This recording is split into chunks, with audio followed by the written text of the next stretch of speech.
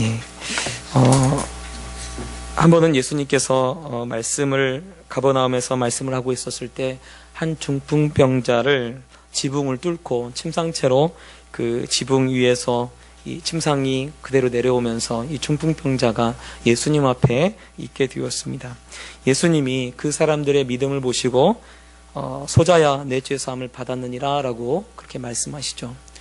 내 죄사함을 받았느니라 라고 하는 말씀을 듣자마자 그 사람들이 웅성웅성 노리기 시작합니다. 왜냐하면 죄를 없앨 수 있는 분은 오직 하나님뿐인데 예수님이 내 죄사함을 받았다라고 얘기를 하니까 다들 너무 이상한 거죠. 왜냐하면 하나님만이 죄를 없앨 수 있는데 어떻게 당신이 내 죄사함을 받았느니라 라고 말할 수 있느냐라고 하면서 속으로 수군거리기 시작합니다.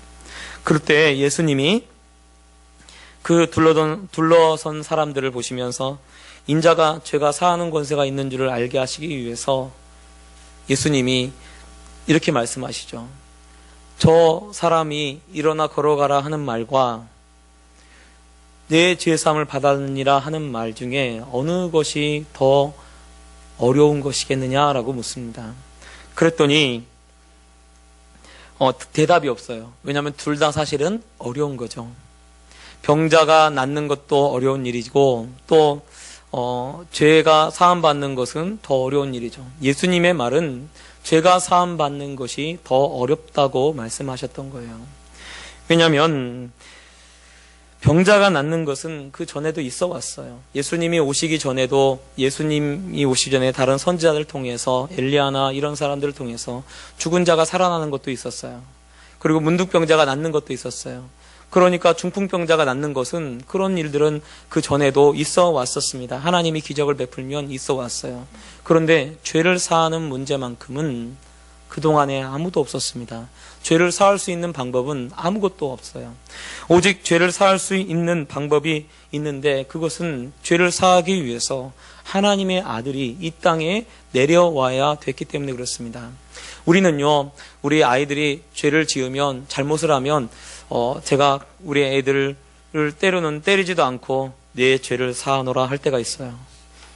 그러면 아이들이 죄를 짓고 나서 잘못하고 나서 잘못했다고 하면 그래 내가 용서해줄게 라고 그렇게 용서해줬다고 이야기를 합니다. 그런데요, 여러분 용서해줬다고 이야기를 한 다음에 그러면 내가 용서했기 때문에 그 아이들의 죄가 사라집니까?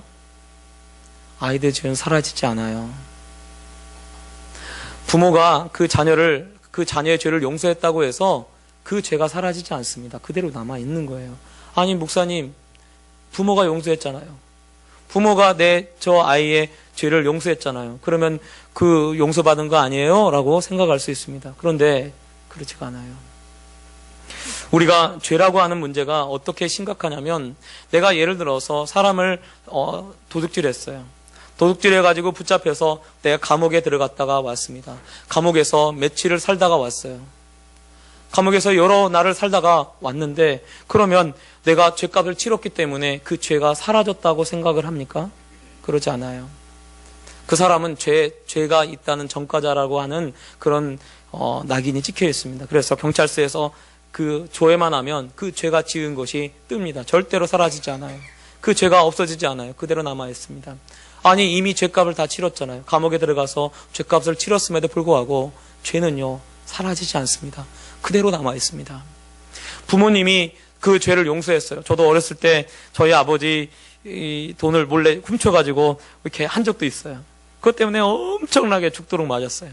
그래가지고 걸려가지고 아버지 돈을 많이도 아니에요. 제가 생각할 때 여러분 100원 뭐 이런 거 훔쳐가지고 그다가 100원이 한 여러 번 돼가지고 걸려가지고 아버지한테 예전에는요, 옛날에는요, 어떻게 합니까?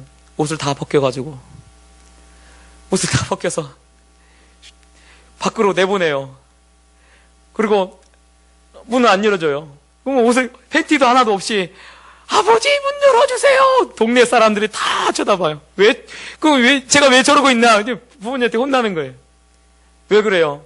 도둑질했다고. 아버지 거 훔쳤다고 아버지가 내쫓아가지고요. 문 밖에서 아버지 문 열어주세요 한 적이 있어요. 동네에 있는 그 여자애들도 다 와서 보고 얼마나 창피했는지 그 이후로는 도둑질을 못해요. 왜냐하면 한번 훔쳤다가 혼났기 때문에 절대로 도둑질. 그때 제가 알았어요. 아, 잘못했을 때는 아주 따끔하게 혼내줘야 한다 라고 생각해요. 여러분, 옷이 다 벗겨져서 밖에 나가서 문에서 두드리면서 아버지 문 열어달라고 그런 창피를 다 당했습니다. 대가를 다 치렀어요. 그렇다고 해서 죄가 사라집니까? 죄가 사라지지 않아요. 죄는 그대로 남아있습니다. 이 죄라는 것을 없앨 수 있는 방법이 없어요.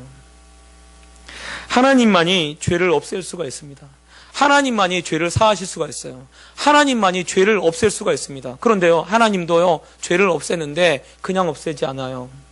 내가 너의 죄를 사하노라 라고 그렇게 하지 않습니다. 하나님은 죄를 사하시기 위해서, 죄를 없애기 위해서 어떤 일을 하시냐면 하나님의 아들을 이 세상에 보내셔요. 죄를 없애기 위해서요. 죄의 문제를 해결하기 위해서 하나님의 아들이 이 땅에 오셔야만 합니다.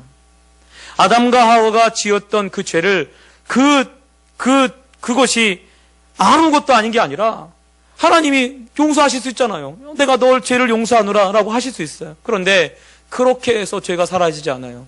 하나님도 죄를 없애시기 위해서 그 죄를 대신 짊어져야 할 하나님의 아들이 이 세상에 오셔야만 되는 거예요. 구약은요, 눈에는 눈, 이에는 이입니다. 생명에는 생명. 그러니까 눈을 다치게 하면 눈을 맞는 거예요. 이빨이 부러지게 하면 이빨을 뽑는 겁니다. 소를 죽이게 하면 그 소로 갚게 그렇게 되어 있습니다. 물론 5분의 1을 더해서 갚도록 그렇게 하고 있습니다. 그런데 사람의 생명을 구원하려고 하면 짐승의 생명 가지고 되지 않아요. 짐승의 피 가지고 사람의 생명을 구할 수가 없습니다. 오직 사람의 생명을 구하려고 하면 죄가 없는 사람의 생명이 필요한 거예요. 하나님이 죄를 용서해 주겠다, 내가 너의 죄를 사하노라 라고 해서 그 죄가 사라지는 게 아닙니다. 예수님이 이 땅에 오셔서 생명을 주셔야만이 그 죄가 사라지는 거예요. 그래서 사실은 우리가요, 죄라는 것이 얼마나 크고 얼마나 무서운지를 알아야 합니다. 왜냐하면 죄는요, 절대로 사라지지 않아요. 그대로 다 남아있어요. 한 번은 제가 초등학교 6학년에서 중학교 1학년 올라가는 그 친구가 우리 중고등부 제가 교사할 때 기도회에 왔어요. 이제 중학교 1학년 올라가니까 이 수련회 때문에 수련회 준비한다고 수련회 전에 기도회를 하는 거예요. 중학교 1학년 올라가는 그 아이 6학년 이제 6학년이죠. 그 아이가 이제 겨울방학 돼가지고 왔어요. 와서 기도회를 하는데 형들은 누나들은 막 열심히 기도하죠. 기도하는데 통성으로 막 기도하는데 얘는 이러고 이게 뭐 하는 건가 이러고 막 쳐다보고 있고 그리고 막 장난하고 있어요. 그래서 내가 눈을 뜨고 딱 보니까 저 눈이 딱 마주쳤어. 그러고 있어요. 그래서 가서 그 옆에 가가지고 그 친구 손을 딱 붙잡고 야, 너 죄 있어 없어? 라고 했어요. 그때 막 까불면서 죄 있죠? 막 이래. 너 죄 있어 없어? 심각하게 얘기하니까 얼굴이 얘가 심각해져요. 있어요. 눈 감아봐. 눈 딱 감아. 다 기도하고 있을 때. 너 죄 얼마만큼 졌냐? 10개냐, 100개냐, 10,000개냐, 1,000개. 막 그렇게 얘기를 했어요. 그랬더니 얘가 얼굴이 심각해져요. 그다음 얘가 하는 말이 뭐라고 하냐면 셀 수가 없대요. 셀 수가 없다고 그래요. 초등학교 6학년이. 그래서 제가 셀 수가 없다고 하니까 잘 됐다. 하나님이 보여주나 보다 이러고 생각하고 너 하나님께 기도해. 너 하나님께 기도하면 회개하면 내 잘못을 다 고백하면 하나님이 다 용서해 주실 거야. 정말 나쁜 놈이 뭔지 아냐? 죄가 있어도 회개하지 않는 게 진짜 나쁜 놈이야. 그 사람은 정말 나쁜 사람이야. 너 정말 나쁜 사람 될래? 기도해. 그랬더니 얘가 막 기도하는 거예요. 옆에서 들었어요. 무슨 죄를 고백하나? 라고 들었더니 하나님, 저 동생하고 싸웠어요. 용서해 주세요. 하나님, 저 거짓말했어요. 용서해 주세요. 제가 들어보니까 별것도 아니에요. 그렇게 막 제가 볼 때 정말 그렇게 죽을 죄는 아닌 것 같아. 들어도 막 그 아주 사소한 거, 아이들이 지을 수 있는 그 죄를 막 열심히 고백하는데요. 애가 막 엉엉 울면서 정말로 그렇게 막 기도하더라고요. 그러고 나서요, 한참을 그 기도에 거의 끝날 때쯤 돼가지고 제가 그랬어요. 그 아이 보고, 야, 너 정말 진심으로 너 회개했지? 하나님이 내 죄를 용서해 주셨어. 라고 하니까요, 걔가 막 기도하는데 갑자기 방언을 탁 터지는 거예요. 하나님이 그 아이의 영혼을 만지는 걸 제가 봤습니다. 여러분, 그 작은 아이도 6학년이 무슨 죄가 있겠습니까? 그렇게 많은 죄가 있겠어요. 그런데 그 아이조차도 너무나 셀 수 없는 죄를 졌다고 그렇게 고백하는 것을 들었습니다. 죄를 없애기 위해서는요, 죄를 없애는 문제가 가장 어려운 문제고, 죄를 없애기 위해서는 하나님의 아들이 이 땅에 오셔야만 되었습니다. 오늘 빌라도는 이 예수님을 놓아주려고 하는 시도를 여러 차례 합니다. 첫 번째 시도는 오늘 말씀해 보면 그 유대인들에게 나가서 예수님에 대해서 빌라도가 항변합니다. 뭐라고 항변하냐면, 나는 예수한테 이 예수란 사람한테 아무런 죄도 찾지 못했다라고 이야기를 합니다. 사실 그렇다면 죄가 없으면 풀어줘야 하는데요, 너무나 이상한 것은 죄가 없다는 것을 알고 있음에도 불구하고 빌라도가 예수님을 풀어주지 못하고 있습니다. 우리가 생각할 때 빌라도도 그랬어요. 빌라도가 뭐라고 하냐면, 내가 너를 풀어줄 권세도 있고 내가 너를 십자가 못 박을 권세도 있다라고 빌라도도 얘기를 합니다. 자기가 권세가 있어서 예수님을 십자가에 못 박을 수 있는 그런 권세가 있다라고 생각을 했어요. 그리고 아마 빌라도가 예수님을 풀어줄 수 있는 권세가 있다고 생각을 했습니다. 그런데 예수님은 뭐라고 말씀하시냐면, 위에서 주지 않았더라면 내게 그 권세가 없다라고 얘기합니다. 이 말은 무슨 말이냐면, 예수님이 지금 이 고난의 길로, 십자가의 길로 가고 있는 것은 바로 빌라도가 그렇게 해서 어쩔 수 없이 십자가를 지는 것이 아니라 내가 스스로, 하나님이 이 길을 가라고 했기 때문에 내가 스스로 지는 것이다 라고 예수님이 말씀하고 있는 것입니다. 그러면 왜 예수님이 그렇게 십자가의 길을 가십니까? 그것은 마가복음 10장 45절에 인자가 온 것은 섬김을 받으려 함이 아니라 도리어 섬기려 하고 자기 목숨을 많은 사람의 대속물로 주려 함이니라 라고 말씀하고 있어요. 이 대속물이라고 하는 것은 제물이란 말입니다. 제물. 여러분, 구약시대에는요 보면 죄를 없애는 방법에 대해서 주님이 말씀하시는데, 어떻게 하나님이 알려주셨냐면, 죄를 지으면 그 죄가 크면 소를 잡고, 그 죄가 좀 작으면, 중간이면 양을 잡고, 그리고 너무 가난하면 죄를 용서함 받으려고 하면 비둘기를 죽여야 돼요. 그런데 그거를 끌고 와서 어떻게 하냐면, 제사장 앞으로 끌고 와서 제사장이 보는 데서 이 짐승의 머리에다가 손을 댑니다. 손을 대고 어떻게 하는 거냐면, 그 짐승에게 자기의 죄를 그 짐승에게 보내는 거예요. 안수해서. 그리고 나서 그 짐승을 어떻게 하냐면, 죄를 지은 당사자가 그 짐승을 죽이게 되어 있습니다. 그러니까요, 죄를 지을 때마다 얼마나 끔찍하겠어요. 우리는 생각할 때 제사장이 죽인다고 생각해요. 제사장이 죽이는 게 아니에요. 제사장이 죽이는 게 아니라 죄를 지은 당사자가 죽이게 돼 있어요. 왜? 그런데 보세요. 누가 지었어요, 죄를? 죄는 내가 지었어요.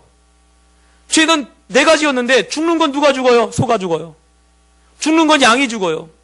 죽는 건 죄 없는 비둘기가 죽는 거예요. 그걸 주님이 보도록 하시는 겁니다. 그런데 소나 양이나 비둘기의 생명이 사람의 생명을 대체할 수가 없어요.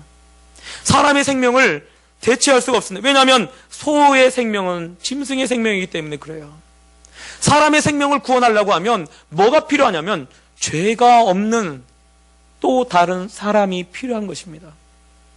사람의 죄를 없애기 위해서, 사람의 죄를 대신하기 위해서는 죄가 없는 또 다른 사람이 필요했기 때문에 이 세상을 보니까 죄 없는 사람이 없는 거예요.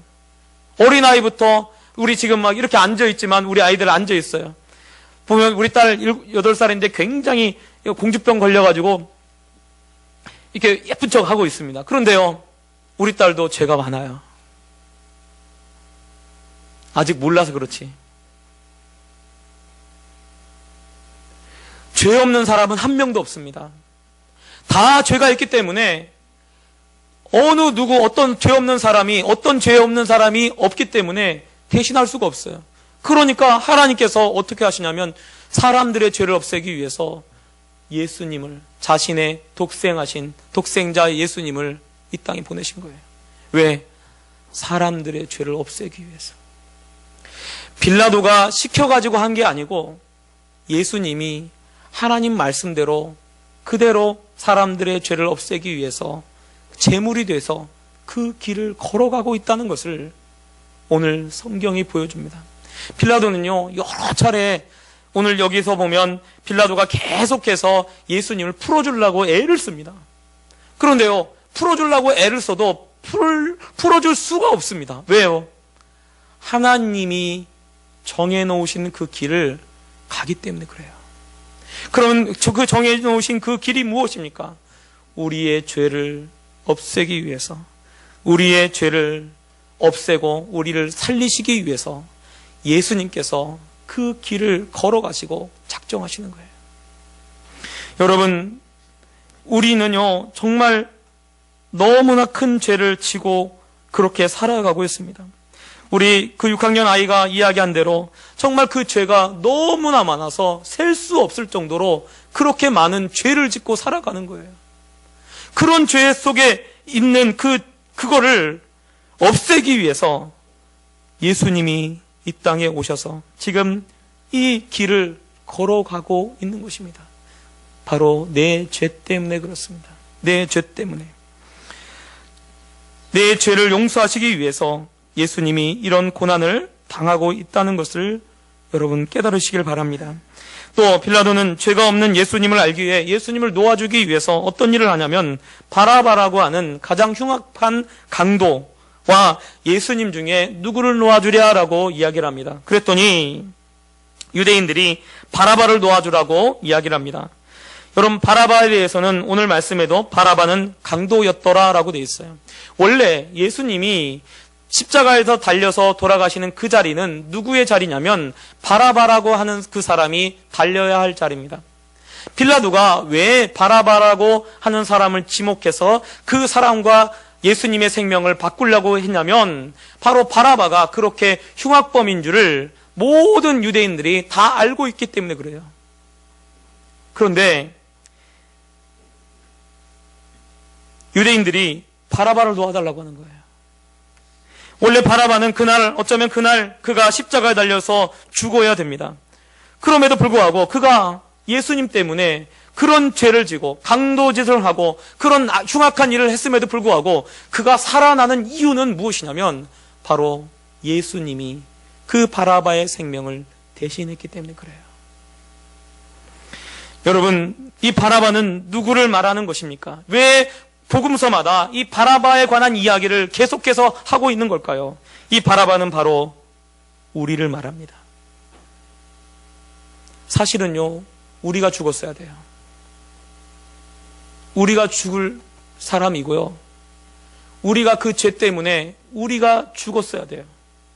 그런데 예수님이 우리를 대신해서 십자가에 대신 달려서 돌아가시는 분이 되었다는 것을 오늘 성경이 우리에게 증거하고 있는 것입니다.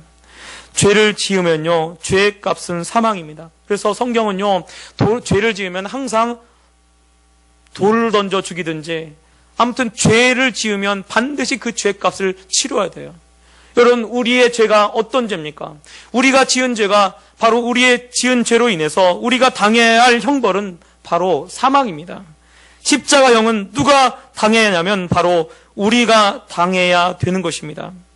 그럼에도 불구하고 우리를 대신해서 예수님이 십자가를 지시고 그 자리에 우리 대신 그 자리에 있게 되어지는 것입니다. 예전에는요, 교회에 나와서 이렇게 하나님께 나와서 이렇게 예배 드릴 수 없어요. 왜요? 하나님과 우리 사이가 원수가 되었었거든요. 왜? 죄인이니까. 죄를 지으면 하나님과 우리 사이는요, 원수가 되는 거예요. 죄인은요, 하나님 앞에 가까이 갈 수 없어요. 죄를 지었는데 어떻게 가까이 갑니까? 아담과 하와가 죄를 지으니까요, 어떤 일이 있습니까? 에덴 동산에서 쫓겨나요. 하나님과 교제하는 자리에서 쫓겨납니다. 그래서요, 구약에 있는 사람들은요, 다 하나님을 만날 때 어떻게 고백하냐면, 화로다, 나로 망하게 되었다, 나로 죽게 되었다, 내가 죄인으로서 사신 하나님을 봤다라고 하면서 그들이 다 원망하고 죽게 되었다고 얘기를 합니다. 왜요? 죄인이니까요. 죄인은 절대로 하나님 앞에 나설 수가 없습니다. 그래서요, 구약시대 때도요, 지성소라고 하는 곳이 있습니다. 하나님을 만나라고 하는 곳이 있어요. 하나님을 만나기 위해서 이 성소 안에, 그 안에 또 지성소라고 하나님의 법궤가 놓여있는, 하나님 임재의 상징을 하는 법궤가 놓여있는 지성소가 있어요. 근데 그 지성소 안에 휘장이 있어가지고 그 휘장 안에 1년에 대제사장이 한 번씩 들어갑니다. 한 번 들어가서 누굴 만나냐면 하나님을 만나는 거예요. 그런데 그냥 못 들어가요. 그냥 들어가면 죽어요. 잘못하면. 그래서 서로 대제사장들도 서로 안 들어가려고 그래요. 왜냐하면 들어가면 내가 잘못해서 내가 죄가 남아있거나 아니면 백성들의 죄를 그렇게 제사를 잘못 지내고 그 안에 들어가면 죽는 거예요. 그러니까 몸에다가 줄을 딱 감아가지고 줄을 감고 그리고 그 안에 들어갑니다. 지성소 안에. 1년에 딱 한 번 하나님을 볼 수 있는 딱 한 번. 그래서 성경에 보면 약속을 하나님이 반드시 들으신다고 약속하는 기도가 뭐냐면 바로 대제사장이 1년에 딱 한 번 그 안에 들어가서 하나님께 기도하는 거예요. 그거를 하나님이 들으신다고 했어요. 그걸 갖다가 하나님께서 백성을 만나주신다라고 이야기를 하고 있는 것입니다. 딱 한 번, 1년에 한 번. 하나님을 항상 만날 수 있는 게 아니에요. 1년에 딱 한 번 그곳에 들어가서 만나는 거예요. 그래서 누가복음에 보면 사가랴가 제비를 뽑아서 그 지성소 안에 들어갑니다. 서로 안 들어가려고 하죠. 왜? 잘못 들어가면 죽으니까. 그런데 신약에 와서는 어떻습니까? 우리는요, 이렇게 주님 앞에 이렇게 나올 수가 있어요. 이곳은, 교회는요, 지성소와 같아요. 왜? 하나님이 거하시는 곳, 하나님이 계신 곳이에요. 그곳에 이렇게 담대히 나와서 있을 수 있는 이유가 무엇입니까? 그것은요, 우리 예수님이 내 생명을 대신해서 십자가에 달려서 돌아가셨기 때문에 그렇습니다. 여러분, 그래서요, 교회에 와서 우리가 하나님을 더 이상 무서워하는 그런 하나님으로 여기지 않고 사랑의 하나님으로 믿고 하나님께 아버지라고 부를 수 있는 이유는 모든 것이 다 예수님의 공로가 되어집니다. 예수님이 나를 대신해서 십자가 달려서 돌아가셨기 때문에 바로 우리가 하나님을 아버지라고 부를 수 있는 거예요. 이것이 얼마나 큰 은혜고 얼마나 큰 사람입니까?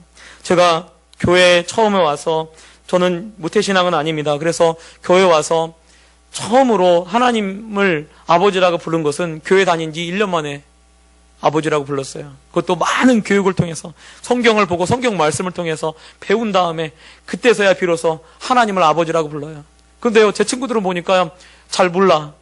또 모태신앙 애들은 잘 몰라. 와서 그냥 하나님 아버지 아니, 하나님도 빼줘. 아버지 하는데, 여러분, 우리가 하나님을 아버지라고 부를 수 있게 되기까지는 우리 예수님이 내 생명을 대신해서, 내가 죽을 수밖에 없는 그 내 생명을 대신해서 예수님이 죽었기 때문에 우리가 하나님을 아버지라고 부를 수 있다는 것을 여러분 아시기 바랍니다. 그래서요, 이 아버지라고 하는 이 표현이 얼마나 감격적인 표현인지 몰라요. 왜냐하면 성경에 어느 선지자가 하나님을 아버지라고 부릅니까? 그런데 신약에 와서 예수님이 십자가 달려 돌아가신 이후부터 하나님을 아버지라고 부르기 시작합니다. 아버지라고 불러요. 왜요? 예수님이 우리를 대신해서 십자가에 달려 돌아가셨기 때문에 그렇습니다. 빌라도는 예수님을 어떻게 하냐면 채찍질하는 데 넘겨주고 있습니다. 빌라도가 예수님을 채찍질하는 이유는 바로 예수님을 풀어주기 위해서 그렇습니다. 그래서 뒤에 보면 내가 채찍질해서 놓겠다라고 하면서 예수님을 채찍질하는 거예요. 그러니까 이 말씀을 보면 여러분, 예수님이 십자가 달려 돌아가시는 것만 해도 괜찮아요. 우리에게는 큰 은혜입니다. 왜냐하면 보통 재물의 그 짐승을 잡을 때 짐승을 채찍질해가지고 때려가지고 아프게 한 다음에 그렇게 해서 짐승을 잡지 않아요. 그냥 그대로 끌고 와서 그대로 잡습니다. 짐승들은 그렇게 해요. 그런데 오늘 말씀을 보면 예수님이 채찍질 당합니다. 여러분, 로마의 채찍에는요, 이 뒤에 갈고리 같은 게, 쇠로 갈고리 같은 게 있어요. 그래서 채찍을 딱 하면요, 이 몸에 딱 걸려들게 되어 있습니다. 걸리면요, 이걸 쭉 잡아당기면 이 살점이 떨어져 나가게 되어 있어요. 그게 채찍질입니다. 그래서 채찍질을 많이 당하면 이게 걸려가지고, 걸림을 이렇게 많이 당해가지고 이 피가 막 난자하게 되는 거예요. 살점이 떨어져 나가니까. 그래서 막 패션 오브 크라이스트라는 그 영화를 보면 막 진짜 막 살점이 떨어져 나가서 갈비가 보이죠. 갈비뼈가 막 보이고 그렇게 되어지죠. 왜냐하면 그게 실제로 그렇게 되어지는 거예요. 또 오늘 말씀해 보면요, 가시면류관을 쓰셨어요. 가시나무로 관을 엮었어요. 제가 가서 가시나무를 봤어요. 우리나라 가시는요, 탱자나무 가시 같이 이렇게 가시가 한 요만하더라고요. 우리나라 거는. 그런데요, 이스라엘은요, 요만해요. 가시가 가시로, 그 가시로 이렇게 엮었다. 나무도 굉장히 길어가지고 그 가시로 그렇게 엮어가지고 예수님을 그렇게 하고 홍포를 입히고, 그 다음에 거기다가 지금 어떻게 합니까? 여기 3절에 보니까 앞서가서 이르되 유대인의 왕이여 평안할지어다 하며 손으로 때립니다. 손으로 어디를 때리겠어요? 얼굴을 때리는 거예요. 얼굴을. 채찍질하고 얼굴을 때리고. 왜 예수님이 채찍질 당하고 얼굴에 때리게 됩니까? 아니, 그냥 예수님이 십자가 달려서 못 박혀서 죽으면 돼요. 여러분, 다른 강도들은 어떻습니까? 다른 강도들은 그렇게 당하지 않았어요. 다른 강도는요, 어차피 십자가에 못 박혀 죽기 때문에 이제 어떻게 당하냐면 그냥 십자가에 못 박아서 그냥 죽이는 일만 합니다. 그런데 예수님만큼은 그렇게 하잖아요. 예수님은 채찍질 당하고 매질 당하고 가시멸관을 쓰고 정말 침뱉임을 당하고 모욕을 당하고 그렇게 되어지는 거죠. 그러면 왜 하나님께서 왜 그렇게 하시나? 그냥 십자가에 죽이셔도 제물이 되는 거잖아요. 그냥 십자가에 죽이셔도 되는데 왜 그렇게 하겠습니까? 그것은요, 이사야서 53장 4절 5절 말씀을 그대로 이루어지게 하시기 위해서 그래요. 그것은 그는 실로 우리의 질고를 지고 우리의 슬픔을 당하셨거늘 우리는 생각하기를 그는 징벌을 받아 하나님께 맞으며 고난을 당한다 하였노라. 그가 찔림은 우리의 허물 때문이요 그가 상함은 우리의 죄악 때문이라. 그가 징계를 받음으로 우리는 평화를 누리고 그가 채찍에 맞음으로 우리는 나음을 받았도다. 예수님이 채찍에 맞는 이유가 있습니다. 그것은 우리를 치료하시기 위해서 그래요. 우리를 고치기 위해서 그래요. 우리를 구원하는 것만이 예수님의 목적이 아니라 예수님이 그냥 돌아가셔도 되는 거예요. 그런데 예수님이 채찍질 당하고 예수님이 매질 당하고 예수님이 고난당하는 것이 바로 우리를 위해서, 우리가 치유되고 우리가 정말 고쳐지고 우리가 낫게 하기 위해서 예수님이 채찍질을 당하고 있다는 것을 보여줍니다. 사실은 빌라도가 이 세 가지 노력을 하고 있는 거죠. 아무 죄도 없다라고 항변하고, 그리고 바라바냐 예수님이냐라고 이렇게 하고 있고, 또 예수님을 채찍질하는 이유도 사실은 예수님을 채찍질해서 죄가 없기 때문에 채찍질해서 풀어주려고 했던 거예요. 그런데 그렇게 하는 것들이 다 하나님께서 정하신 그 길로 가고 있는 거죠. 그리고 자기의 아들을 정말 이렇게 채찍질 당하는 것까지 해서 우리를 위하시는 하나님의 사랑을 보여주고 있는 것입니다. 어렸을 때 노래가 있어요. 아름다운 이야기가 있네, 구세주의 사랑 이야기. 영광스러운 천국 떠난 사람, 나와 같은 죄인 위하여 주님의 그 사랑은 정말 놀랍네, 놀랍네, 놀랍네. 오, 주님의 그 사랑은 정말 놀랍네, 나를 위한 그 사랑. 여러분, 성경은요, 예수님의 사랑 얘기로 가득 차 있습니다. 하나님이 얼마나 우리를 사랑하시는지 자기 아들을, 우리의 생명을 구원하시기 위해서 이 세상에 보내시고 우리를 고치기 위해서 이렇게 채찍질과 매질과 매맞음을 당하도록 우리 주님이 그렇게 하고 계신 거예요. 여러분, 눈을 한번 감아보겠습니다. 우리 찬양 하나 할까요?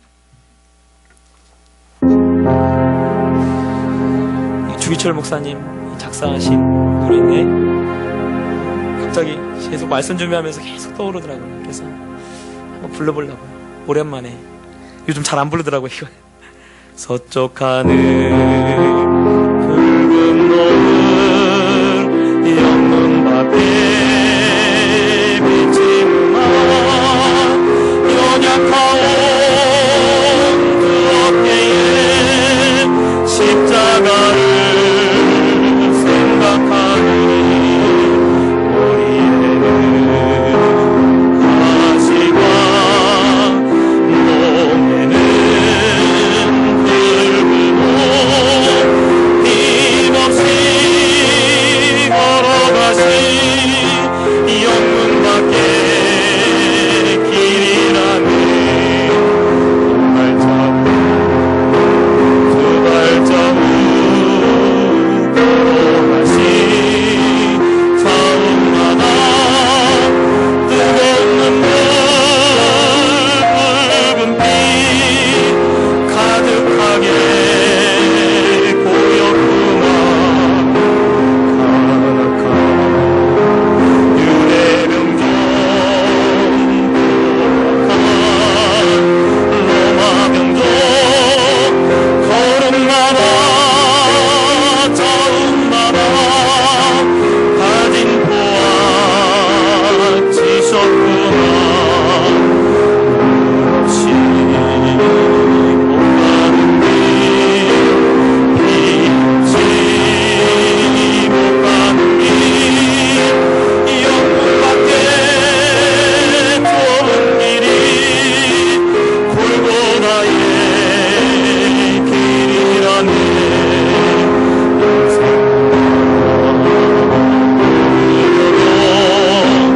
이 길은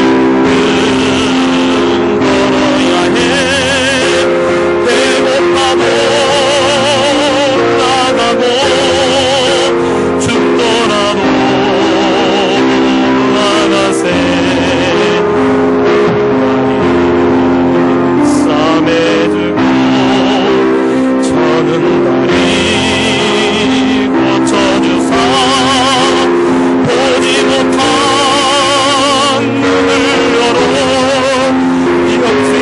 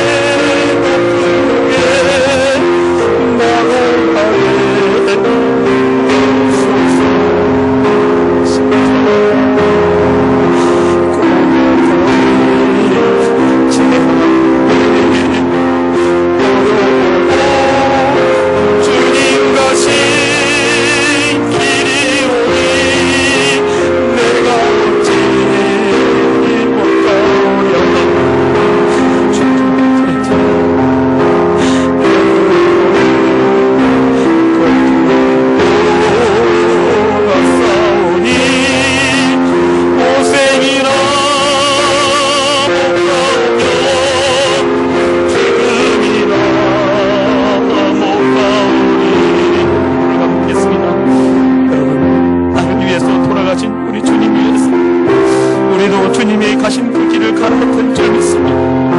주님이 우리에게 새 생명 주셨으니 그 생명 정말 주님 위해 살아가야 될 줄 믿습니다. 정말 하나님, 나도 그 길을 가게 하시고 나도 정말 주님의 그 은혜를 다시 한번 생각하고 그 은혜에 따라 살아가게 해달라고 이 시간 같이 통성으로 기도하겠습니다. 사랑의 하나님 아버지,